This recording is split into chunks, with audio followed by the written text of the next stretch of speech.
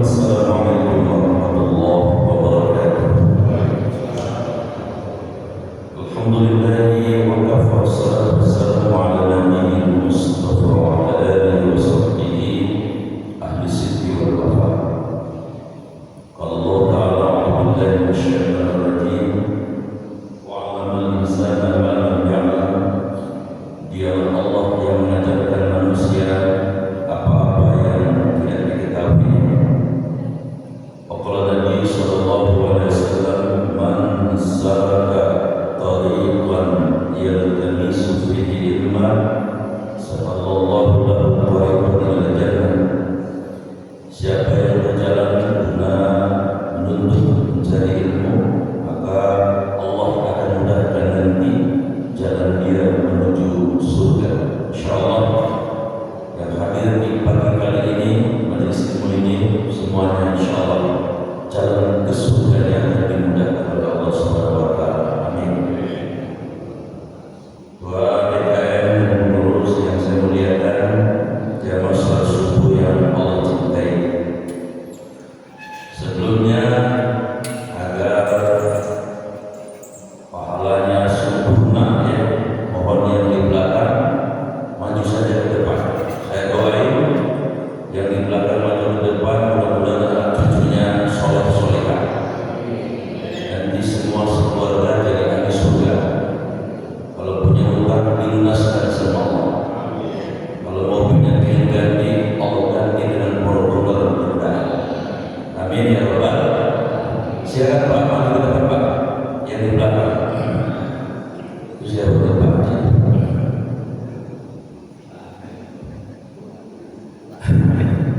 Iya.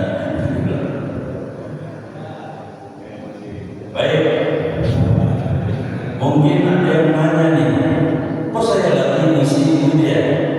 Ada kali yang di hati mana begitu mana? Iya, karena untuk ke depan saya nanti jawabannya adalah bukan pertama. Jadi mohon maaf kalau saya lagi yang mengisi bosan-bosan dan saya Jamaah yang saya muliakan, saya minta nanti kalau sudah selesai ada interaktifnya, ya, mohon ada interaktifnya, maksudnya ada feedbacknya, ada yang respon.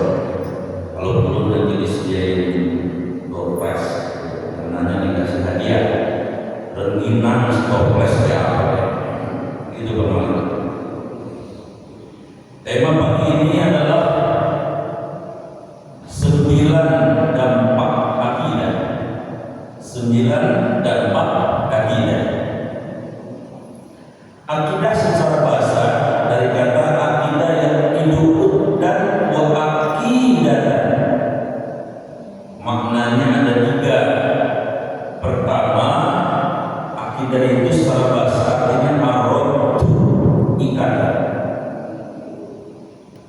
Karena kita punya akidah Islam, berarti kita ini terikat dengan akidah Islam. Sumbernya akidah Islam apa? Al-Quran, Sunnah, Ijma, Qiyas. Sumber pertama primer adalah Al-Quran. Siapa Al-Quran? Allah. Jadi orang yang berakidah Islam adalah orang yang hidupnya terikat 24 jam dengan Allah. Itu pengertian. Sesuai dengan surat yang Ibu Bapak sudah hafal di luar kepala, Al-An'am 1 dan 2. Qul, katakanlah, inna sesungguhnya sholati, sholatku yang wajib dan sunnah semuanya, wa nusuki, ibadahku, wa mahyaya, hidupku, wa mamati, matiku, lillahi rabbil alamin, hanya untuk Allah, Rabb, penguasa alam semesta. Jadi kita dari bangun tidur tadi sampai nanti tidur kembali terikat dengan Allah 24 jam. Karena memang di surat Az-Zariyat ayat 56, hidup kita ini adalah semuanya adalah ibadah. Jadi ibadah itu adalah semua rangkaian aktivitas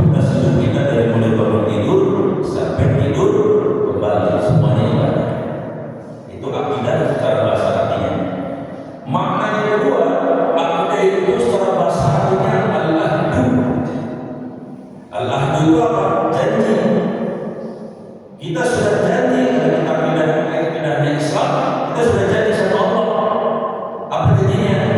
Asyhadu, aku bersaksi, aku bersumpah, aku meyakini dengan sepenuh hati bahwa la ilaha, tidak ada ilah, tidak ada yang layak, yang patut saya jadikan sesembahan yang saya ibadahi illallah, kecuali hanya Engkau ya Allah. Tidak kita.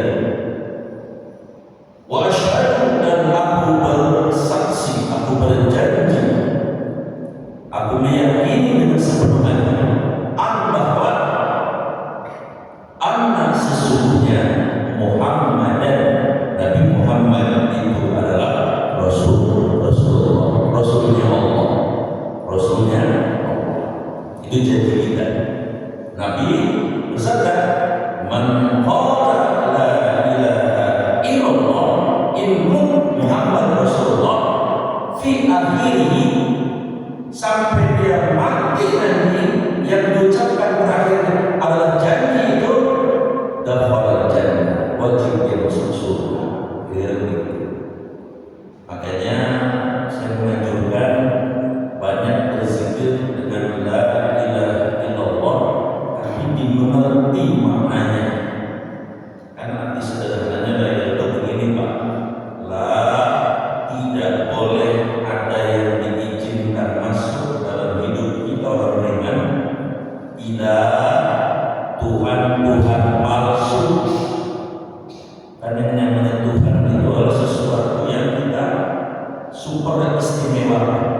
Tidak boleh kita izinkan ada yang masuk ke dalam hati kita Tuhan palsu. Tuhan palsu itu bisa berbentuk apa? Bisa apa saja. Jadi ketika di hati manusia ada selain Allah, berarti ada Tuhan palsu di hati itu, yang is everything, yang di segala-galanya. Kalau begitu Tuhan itu bisa berbentuk apa? Fortuner sah.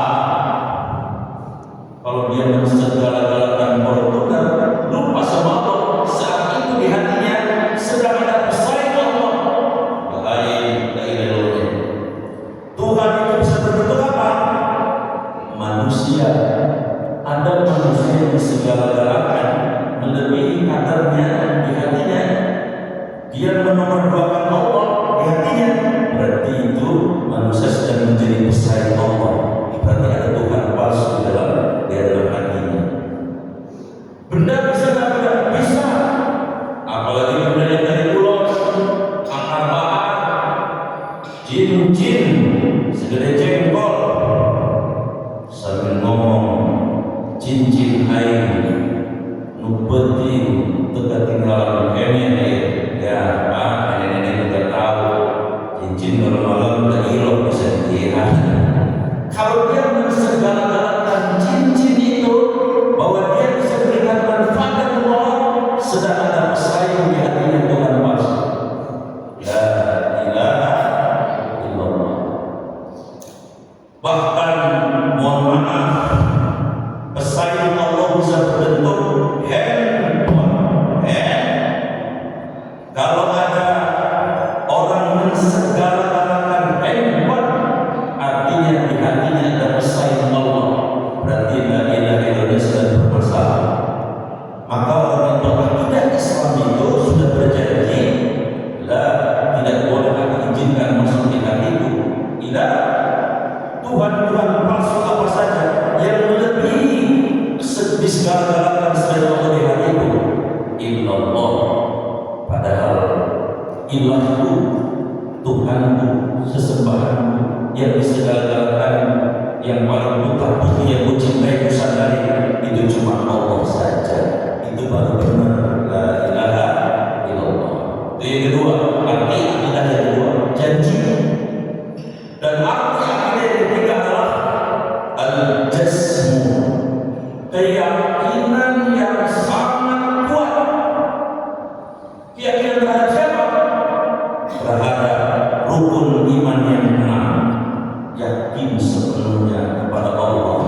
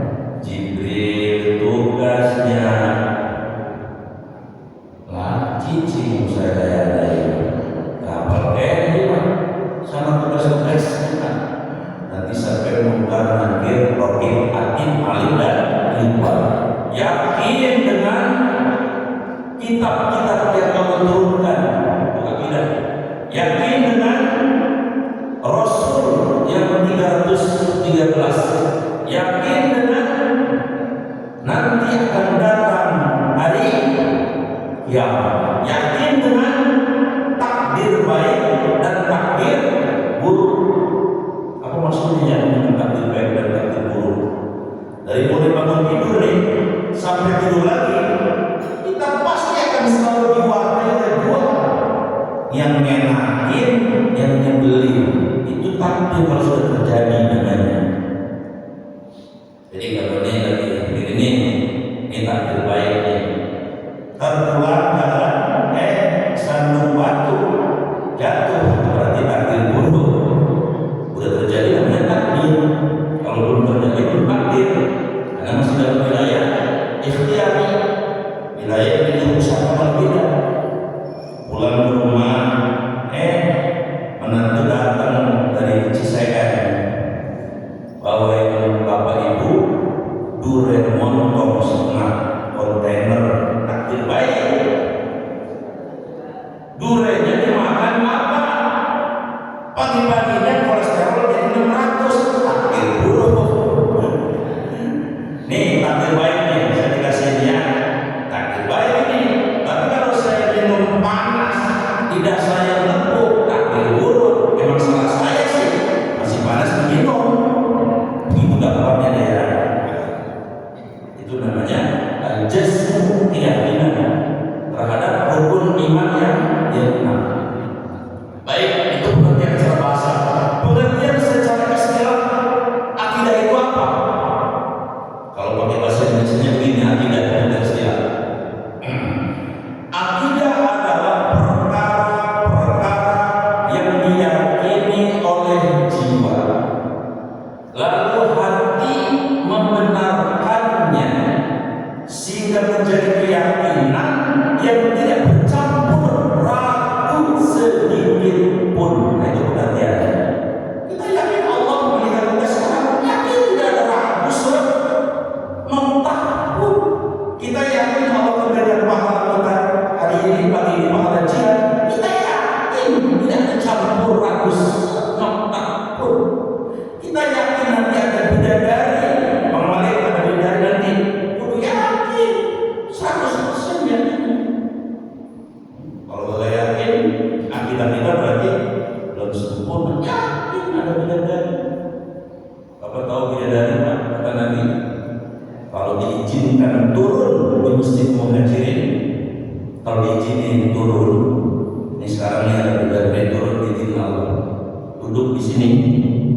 Pak Haji Sukma dan semua jemaah haji pingsan semua, kecuali saya yang lagi ceramah.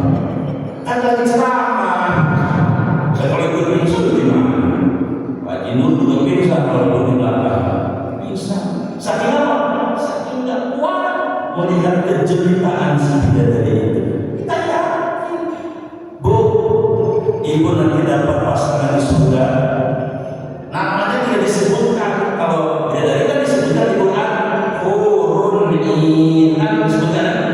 Kalau laki-laki mah di surga kan disebutin bidadari. Ada siapa? Ada istilah bidadari. Emang ada ayatnya bunyinya innal bidadara. Yang penting kata Nabi, ibu nanti pasangannya di surga umurnya 33 tahun. Ibu sekarang suaminya berapa umurnya? Tergantung jenggotnya.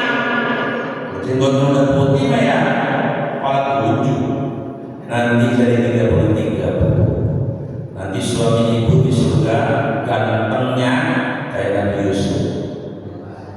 Waduh. Yang ketiga, nanti suami ibu di surga kalau sekarang muda laki-laki itu diberi kekuatan oleh Allah melebihi 100 laki-laki dunia. Masya Allah. Jadi Pak, kalau di dunia ada laki-laki cuma bolehnya sampai 4, ya.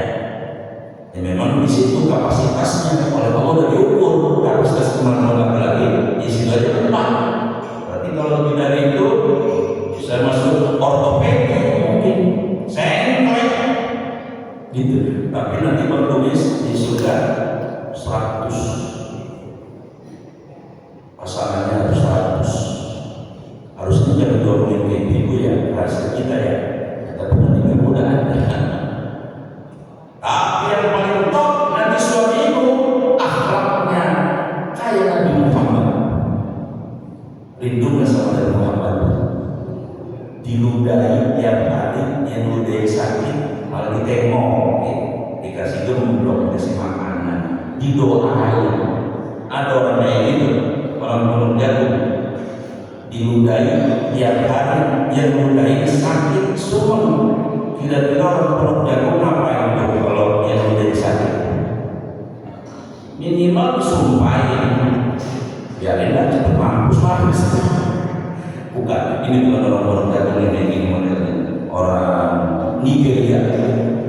Itu juga kalau ada di sana, kalau orang sini sama.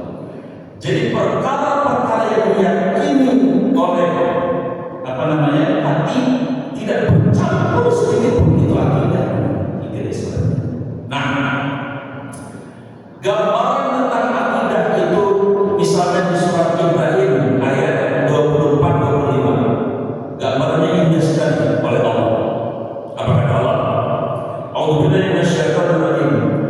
Alam tara, tidaklah kamu memperhatikan kaifa bagaimana Allahu mathalan kalimatan thayyibatan, bagaimana Allah membuat perumpamaan kalimat yang baik itu seperti syajaratin thayyibatin, kalimat yang baik itu seperti pohon yang baik. Pohon yang baik itu bagaimana? Dijelaskan oleh Allah. Satu, asluha thabitun bil ardh, akarnya memuncak kuat ke dalam tanah. Wa barquha fis samaa, batang dan ranting-rantingnya menjulang ke langit. Tu'ti ukulaha kulla hinin bi'idzni rabbiha, ketika udah musimnya berbuah begitu banyak. Itu pohon yang baik. Itu gambaran akidah orang yang baik. Jadi orang yang berakidah Islam punya 3 ciri. Cirinya apa? Keyakinannya kepada Allah kuat luar biasa, seperti akar yang kuat. Kemudian tumbuh batang dan ranting-rantingnya sendiri. Maksudnya apa? Ibadahnya lahir dari keyakinan, bukan dioprak-oprak orang sampai insya Allah tidak mau riya, tidak ingin dipuji manusia. Betul-betul ada berangkat dari keyakinan kepada Allah. Nanti waktu musim berbuah, buahnya bermanfaat, maksudnya hidupnya bermanfaat, maksudnya itu gambaran akidah. Nah, saya sebelum menyebutkan 9 dampak akidah, saya ingin mencontohkan bagaimana didikan Nabi, para sahabat yang dididik akidah Islamnya selama 13 tahun. Bagaimana profil mereka? Ya luar biasa dahsyat. Saya contohkan supaya adil, laki-laki 2, perempuan 2. Yang laki-laki dulu. Pada waktu perang Yarmuk itu terjadi 4 tahun setelah Nabi wafat. Perang Yarmuk itu sepaket dengan perang Qadasiyah, perang melawan Imperium Persia. Kalau Yarmuk lawannya Bizantium, Romawi Timur. Bizantium itu sekarang Turki, atau disebut juga dengan Konstantinopel. Nah, di perang Yarmuk ini atau perang Qadasiyah ini ada hasil didikan akidahnya Nabi Muhammad. Siapa dia? Namanya Jenderal Khalid bin Walid. Nih, model orang yang akidah Islamnya seperti pohon batu hebat. Ketika Persia sudah ditaklukkan, lalu bergerak pasukan Islam dipimpin oleh Jenderal Khalid bin Walid. Jenderal Khalid bin Walid ini dikaruniai Allah sebagai seorang ahli strategi perang, yang kalau beliau memimpin perang, maaf, nggak pernah kalah. Sebelum dia masuk Islam sampai dia setelah masuk Islam, jadi jenderal yang luar biasa. Dan di perang yang ini beliau membawai sekitar 30.000 pasukan. Musuhnya Romawi Timur, Bizantium, pasukannya 70, bahkan ada yang mengatakan 80.000. Persia sudah kalah di masa Sayyidina Umar. Itu tentara Islam mengeluh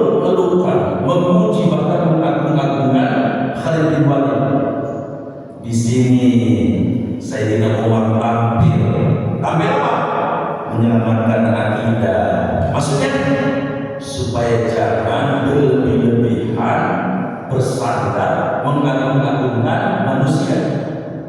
Akhirnya akan terjadi waktu setelah Persia ditaklukkan, pasukan bergerak di sebuah tempat ya, yang tadi namanya Yaman. Tiba-tiba Sayyidina Umar mengirimkan surat yang dibawa oleh sahabat Abu Ubaidah bin Jarrah. Ketika lagi perang berkecamuk, surat disampaikan kepada Panglima Jenderal Khalid bin Walid. Apa isinya Pak?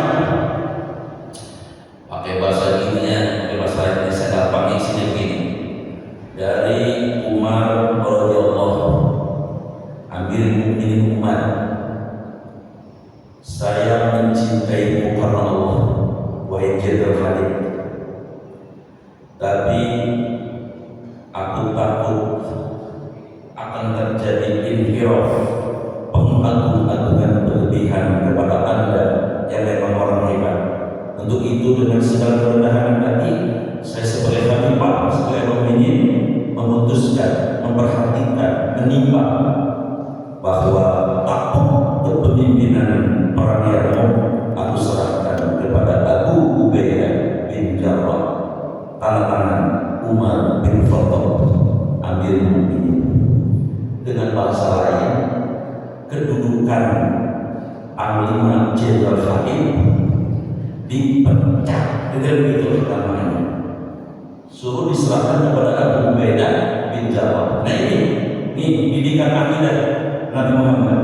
Membaca surat itu yang namanya Jenderal Khalid bin Walid, tidak ada perubahan sedikit pun. Bahkan dia tetap menyembunyikan, tetap berperang dan menyembunyikan surat itu. Dia tetap memimpin perang dengan luar biasa. Sampai setelah perang selesai baru dia menyampaikan kepada para prajurit bahwa saya diberhentikan oleh Sayyidina Umar, dan kita sama-sama memuliakan Sayyidina Umar, dan pemimpin kalian sekarang diangkat oleh beliau Abu Ubaidah bin Jarrah.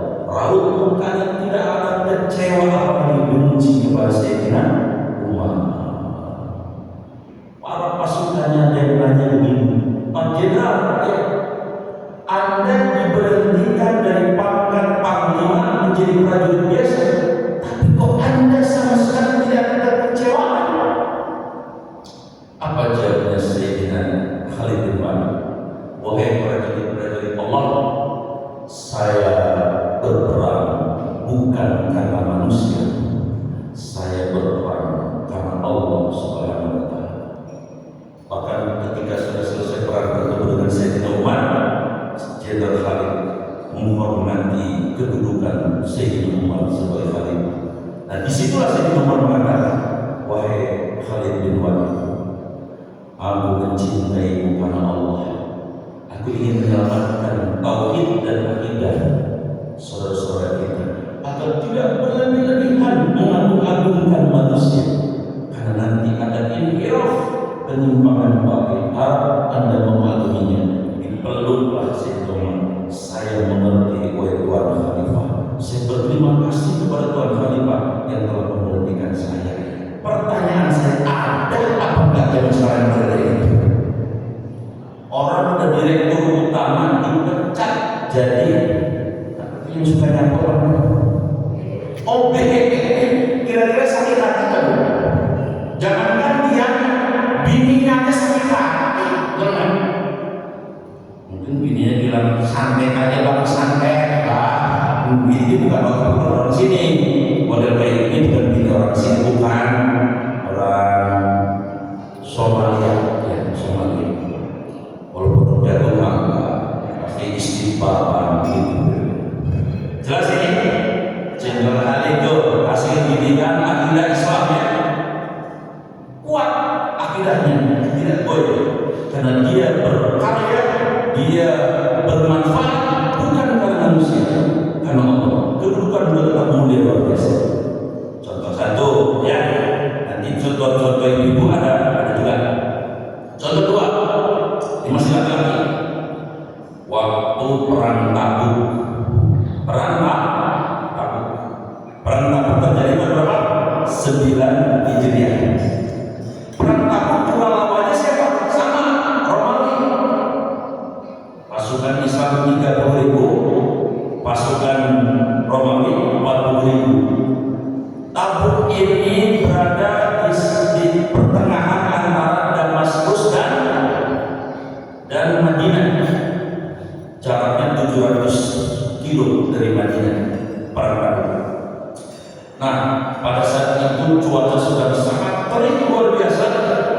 sedang paceklik, disitulah akidah Islamnya muncul. Ketika Nabi bilang, siapa yang membiayai perang Tabuk ini, aku akan mintakan kepada Allah agar diberikan kedudukan atau istana di surga. Ketika Nabi berjanji begitu, muncullah efek dari akidah Islam tadi. Pertama, saya dirapakan, ya Rasulullah, saya mau menginfakkan seluruh hartanya untuk perang Tabuk ini di jalan Allah. Nabi nanya, apakah untuk keluargamu bagaimana? Dia bilang, taraktu Allah wa Rasuluh, aku tinggalkan Allah dan Rasul. Luar biasa. Sayyidina Umar maju, ya Rasul, saya infak setengah dari harta saya. Kalau bahasa sekarang, rekeningnya itu setengah diserahkan, aset-asetnya. Yang ketiga, ini akidah Islamnya muncul. Sayyidina Utsman bangun, Rasul, saya di perang Tabuk ini izinkan untuk infak 1000 dinar emas. 1 gram itu sama dengan 1 dinar 4,25 gram. 5 gram 1 dinar. Berarti kalau 1000 dinar kira-kira 5.000 gram. 5.000 gram. 1 gram berarti berapa sekarang? 1 gram emas 2 juta ya. 2 juta kali 5.000 berarti berapa? 10 miliar. Infak 10 miliar. Akidah Islamnya ini. Sayyidina Utsman masih berdiri, dikiranya duduk, masih berdiri. Nabi nanya dong, Utsman, kamu 1000 dinar infak? Iya, ya Rasulullah. Kok nggak duduk? Ada lagi tambahan? Apa tambahannya? Tambahannya ya Rasul, saya infak 300 ekor onta. 300 ekor onta? 300 ekor. Masih berdiri? Kata Sayyidina Rasulullah, Utsman, 1000 dinar ditambah 300 ekor onta. Sudah? Belum. Tambah ya Rasul.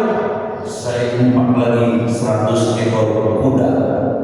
100 ekor kuda. 100 ekor kuda. Kemudian masih berdiri. Utsman, masih ada? Masih ya Rasul. Saya menanggung 10.000 makan dan minum tentara pasukan Islam. 10.000 ditanggung dia. Rasulullah sampai tersenyum dengan begitu bahagianya mendengar kalimat itu. Terakhir Abdurrahman bin Auf bangun, ya Rasul, saya infak 200 rupiah. 200 rupiah itu kalau hari ini sama dengan 1,9 kilo emas. Ya kalau dikonversi kira-kira harganya 50 miliar. Sedekah 50 miliar. Masya Allah. Ini hasil dari akidah Islamnya. Daya laki-laki ada 2 ya, Khalid bin Walid dan Sayyidina Utsman. Sekarang perempuan. Nih Bu, hasil didikan akidah Islamnya tadi. Saya contohkan 2 saja. 1, namanya Ibu Muti'ah. Namanya siapa? Anaknya Nabi namanya siapa? Fatimah. Suatu hari Nabi bilang, Fatimah, kamu silahkan belajar tentang kehidupan ini kepada Ibu Muti'ah. Buru-buru Fatimah datang. Karena dia anaknya 2, Hasan dan Husain, bawa Hasan. Hasan datang dengan Fatimah. Ketuk pintunya, Assalamualaikum warahmatullahi. Siapa? Fatimah. Fatimah siapa? Fatimah anaknya Rasulullah. Rasulullah, ada apa dengan saya ingin ngobrol sama ibu. Ibu Fatimah sama siapa? Saya dengan anak saya namanya Hasan, masih kecil. Waduh, saya belum dapat izin suami saya. Ada laki-laki masuk ke rumah. Mohon maaf ya Ibu Fatimah, besok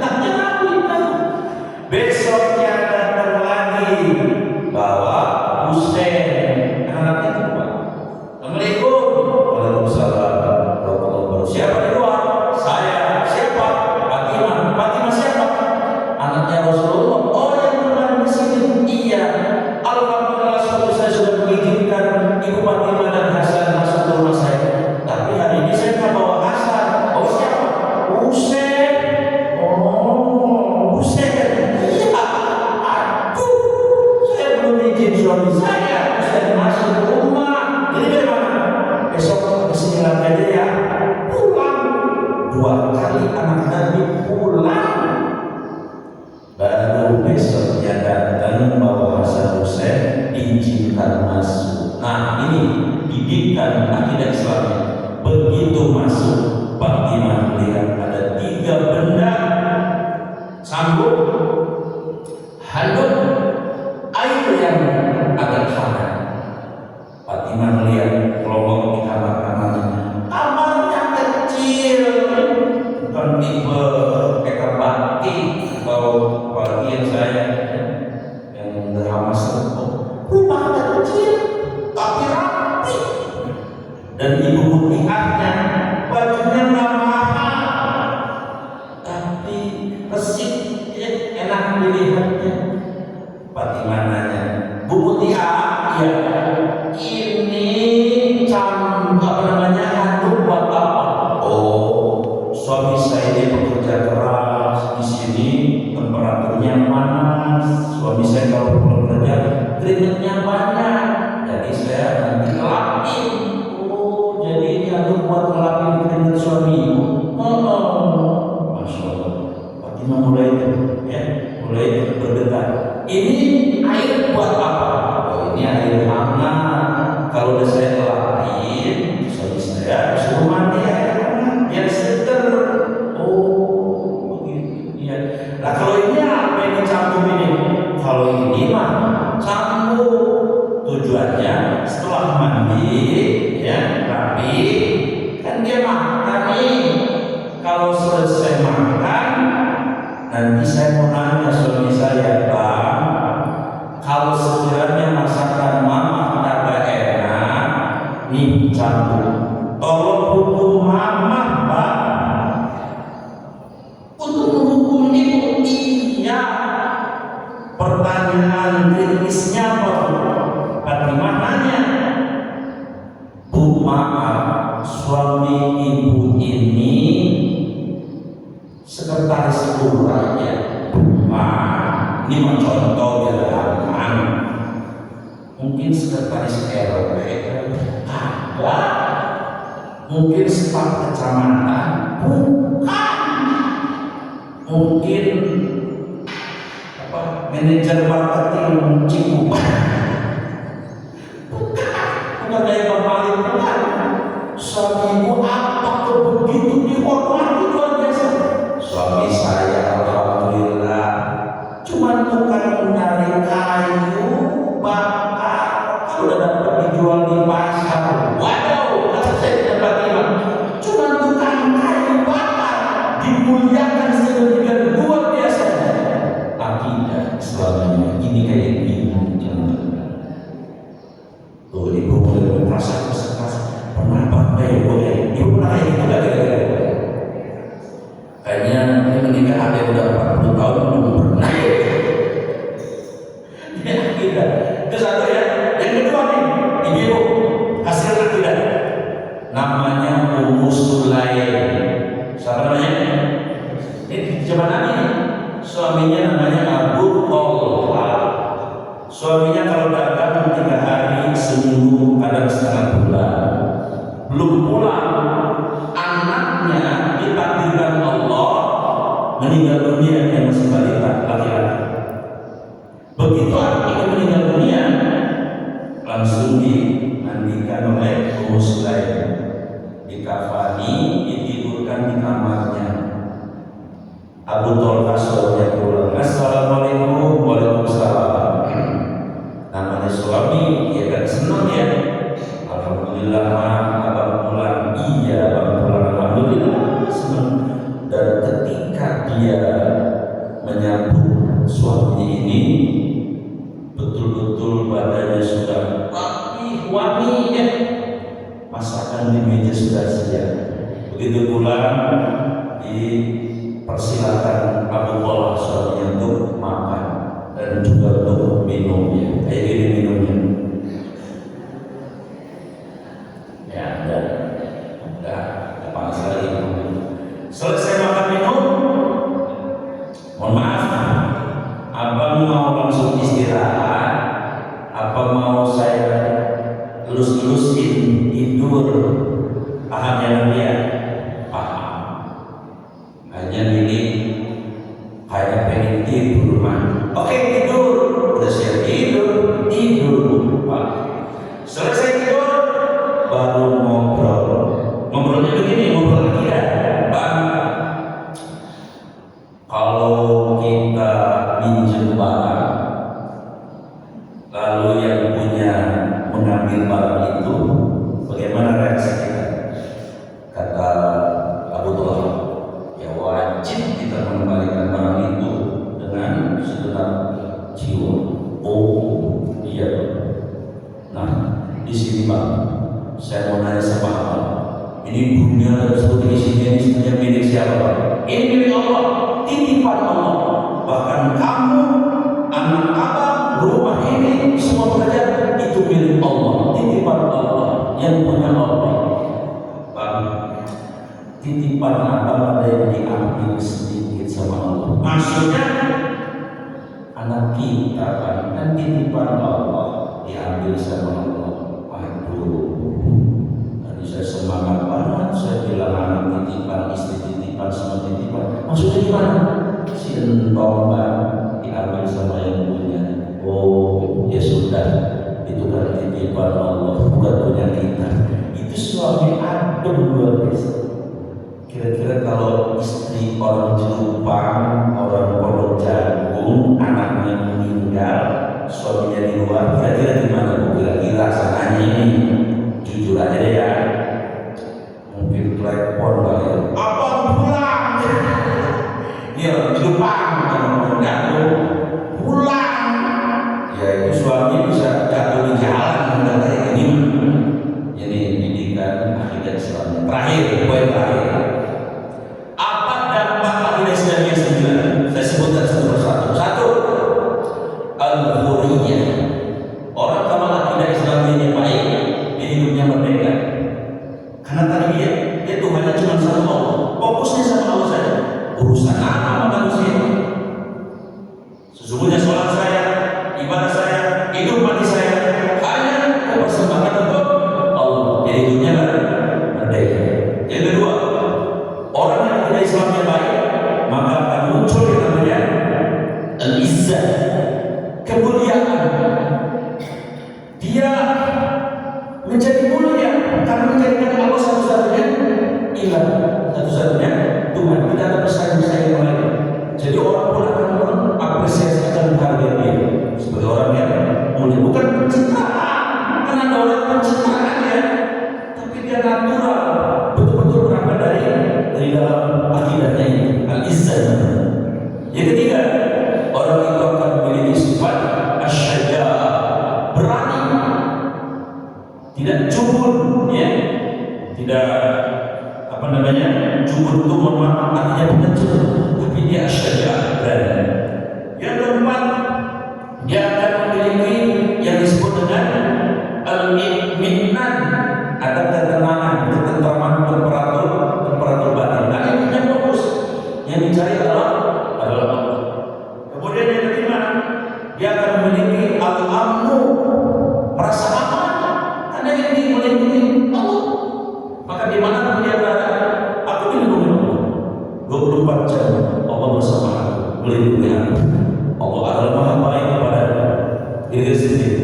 Yang keenam, dia akan memiliki yang disebut dengan al-barakah, keberkahan hidup, karena Allah ikut campur dalam hidupnya, maka Allah pun ikut campur dalam urusan rezeki. Yang ketujuh, orang yang punya akidah Islamnya itu, insya Allah dia akan memiliki yang namanya sifat tawakal, keberserah diriannya kepada Allah kuat sekali. Yang kedelapan, dia akan memiliki yang namanya istikhlaf, hidupnya merasa dibimbing oleh Allah Subhanahu wa Ta'ala. Dan kemudian berikutnya, orang yang memiliki sifat akidah Islamnya itu akan memiliki sifat dari apa namanya, al-khudu atau at-taslim, punya rasa tunduk yang kuat kepada Allah Subhanahu wa Ta'ala. Dia rela diatur hidupnya oleh Allah dalam segala apapun. Kesimpulan yang saya sampaikan, mudah-mudahan kita walaupun jauh ya kualitas kita dengan para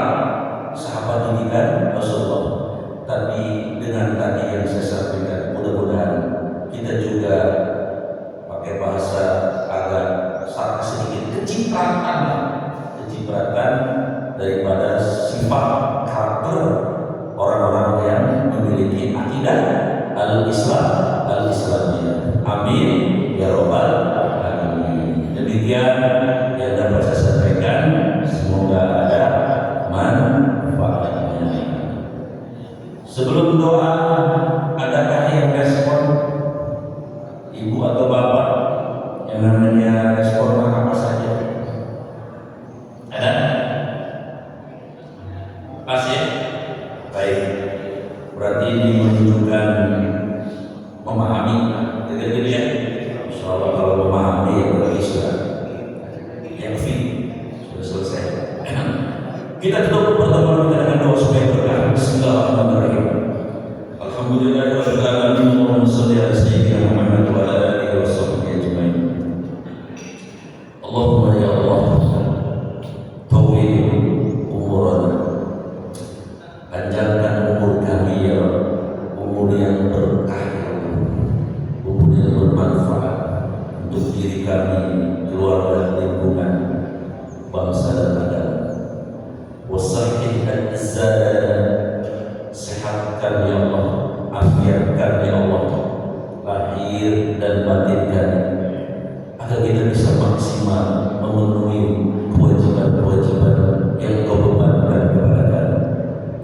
Wa nawwir qulubana, ya Allah, sinari hati kami dengan nilai-nilai akidah Islam, dengan nilai-nilai iman, dengan nilai-nilai keyakinan kepada Allah yang begitu kuat, sehingga kami menjadi manusia-manusia yang kakinya berpijak di bumi, tapi hati dan jiwa kami betul-betul seolah menandingi surga yang penuh dengan kenikmatan. Wasi'al zarzaqana, ya Allah, luaskan rezeki kami, rezeki yang berkah, yang halal, rezeki yang bisa berbagi buat yang lain, rezeki yang bisa membahagiakan dan membuat senyum indah buat ibu kami, ayah kami, kakak adik kami, terutama anak-anak cucu kami, rezeki yang bisa berbagi buat anak-anak yatim, orang-orang miskin, dan orang-orang yang diuji dengan ketidakleluasaan rezeki. Wa ilal khairi qarribna, ya Allah, atas kebaikan dekatkan kami, sehingga kami mencintai kebaikan. Ketika kami menemukan peluang amal kebaikan, amal soleh yang menjadi kebaikan, maka kami akan dengan haus dan rakus untuk mengambil kebaikan itu, sehingga kami menjadi ahli-ahli kebaikan di muka bumi ini. Wa an syarri a'inna, ya Allah, atas keburukan jauhkan kami, sehingga kami tidak menyukai apapun yang bernama keburukan yang tidak Kau ridhoi. Waqti hawaijana, ya Allah, kabulkanlah hajat-hajat kami, harapan-harapan kami yang menurut Engkau adalah itu yang terbaik, baik hajat dunia maupun hajat akhirat nanti, terutama agar kami, keluarga kami, Kau takdirkan tidak ada yang terpercik aman bagi neraka, semuanya adalah Kau masukkan ke dalam surga. Rabbana